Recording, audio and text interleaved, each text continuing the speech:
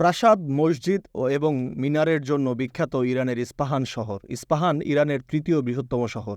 শহরটিতে এবং তার আশেপাশের এলাকায় ড্রোন ও ক্ষেপণাস্ত্র তৈরির কারখানা রয়েছে। নাতানজ পারমাণবিক কেন্দ্রটিও এই শহরের কাছে।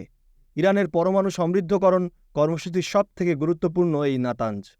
ইস্পাহানের নাম ইরানের পারমাণবিক স্থাপনাগুলোর সঙ্গে যুক্ত থাকার কারণেই এই শহরে বৃহস্পতিবার হামলাকে প্রতীকী হিসেবে দেখা হচ্ছে। এটা যদি ইসরায়েলি হামলা হয়ে থাকে তাহলে মনে হচ্ছে বেঞ্জামিন নেতানিয়াহু সরকার ইরানকে একটা বার্তা দিতে চেয়েছে।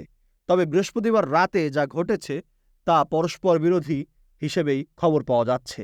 ইরানের মহাকাশ সংস্থার মুখপাত্র হোসাইন ডেলেরিয়ান বলেন যে বেশ কয়েকটি ড্রোন সফলভাবে ভূপাতিত হয়েছে। সেখানে ক্ষেপণাস্ত্র হামলার খবর নাকচ করে দিয়েছেন এই মুখপাত্র। ইরানের সঙ্গে সামরিক সহযোগিতা বাড়াচ্ছে রাশিয়া।